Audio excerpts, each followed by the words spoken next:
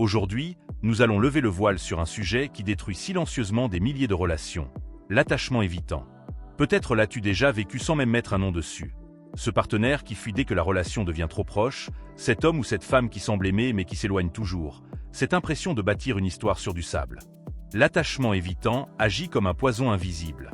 Il crée de la distance, de l'incompréhension, de la douleur. Et souvent, on croit que c'est nous le problème. Mais comprendre ce mécanisme, c'est déjà commencer à reprendre le pouvoir. C'est apprendre à aimer sans souffrir, à se libérer de ces schémas destructeurs et à retrouver une relation plus saine, basée sur la liberté et la maîtrise de soi. Alors reste bien jusqu'au bout, car nous allons décortiquer ensemble les impacts de l'attachement évitant, et surtout, comment la philosophie stoïcienne peut aider à ne plus en être prisonnier. L'attachement évitant est un mode relationnel qui prend racine, la plupart du temps, dans l'enfance. L'enfant qui a grandi dans un environnement où ses besoins affectifs étaient négligés, ignorés ou minimisés apprend à se protéger en se coupant de sa vulnérabilité. Devenu adulte, il développe une croyance profonde. Je ne peux compter que sur moi. M'ouvrir à l'autre, c'est risquer d'être rejeté ou blessé. Cette stratégie de survie se transforme alors dans un style d'attachement évitant qui colore toutes ses relations amoureuses. Dans une relation de couple, cela se traduit par une difficulté à s'engager pleinement. La personne évitante peut aimer sincèrement, mais au moment où l'intimité grandit, où les liens deviennent plus profonds, elle ressent une peur intense d'être envahie, de perdre son indépendance ou d'être piégée. Cette peur se manifeste souvent par un retrait soudain, une froideur émotionnelle, ou même des ruptures brutales. L'autre partenaire vit alors un paradoxe douloureux. Il ressent qu'il y a de l'amour, mais il perçoit en même temps une distance constante. Un autre impact majeur est la difficulté à exprimer ses émotions et ses besoins. L'évitant a appris à ne pas montrer sa vulnérabilité, car il l'associe à une faiblesse ou à un risque. Dans le couple, cela crée des malentendus profonds. Le partenaire a l'impression que l'évitant ne tient pas vraiment à lui, alors que ce dernier lutte simplement avec sa peur d'être trop dépendant. Et en conséquence, la communication devient bancale et la relation manque de profondeur émotionnelle. De plus, l'attachement évitant crée souvent une relation de poursuite et de fuite.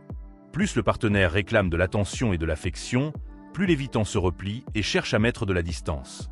Cela engendre un cercle vicieux. L'un se sent rejeté, insiste davantage, et l'autre se sent envahi et se retire encore plus. Cette dynamique peut user la relation et laisser les deux partenaires dans une profonde frustration. Les impacts sur le partenaire. Être en couple avec une personne évitante peut être extrêmement douloureux. Le partenaire se sent rejeté, incompris, voire invisible.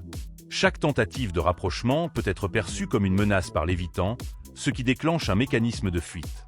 Comme conséquence, plus l'un demande d'attention, plus l'autre s'éloigne. C'est le fameux cycle de poursuite et fuite. À long terme, cela provoque une insécurité affective chez le partenaire. Il peut commencer à douter de sa valeur, à se demander s'il est aimable ou non. Cette dynamique peut même réveiller chez lui un attachement anxieux, créant un mélange explosif où l'un réclame sans cesse et l'autre fuit continuellement.